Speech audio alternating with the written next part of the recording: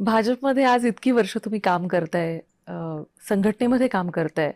मला असं वाटतं, की तुमच्याबद्दल असं म्हटलं जातं, की कधी स्वतःचा स्वविचार हा फार तुम्ही कधी केला नाहीत किंवा फार इथे हे आहे, तिथे आहे, असं असं कधी तुमच्याबद्दल ऐकिवात नाहीये.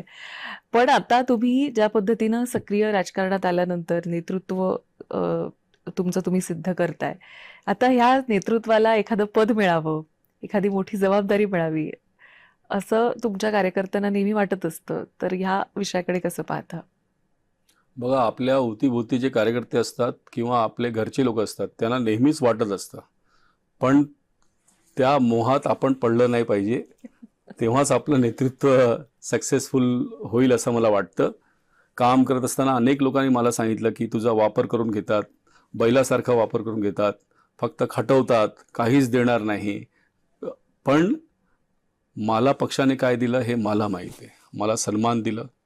माझी पृष्ठभूमी राजकीय नाही.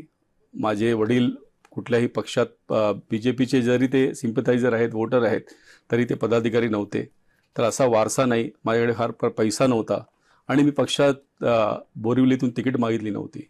मी संघटनेचं काम करत होतो. युवा मोर्चा वार्ड अध्यक्षपासून आत्तापर्यंतचा प्रवास आहे आणि या पक्षाने महाराष्ट्रातील सर्वात प्रेस्टिजियस सीट बोरिवली, ज्याचं प्रतिनिधित्व कधी रामनाईक साहेबांनी केलं, हेमेंद्र मेहताने केलं, गोपाल शेट्टीजीने केलं, विनोद तावडेजीने केलं, सुनील लांडेने केलं, ती जागा मला दिली, मला उमेदवार तिथून बनवलं.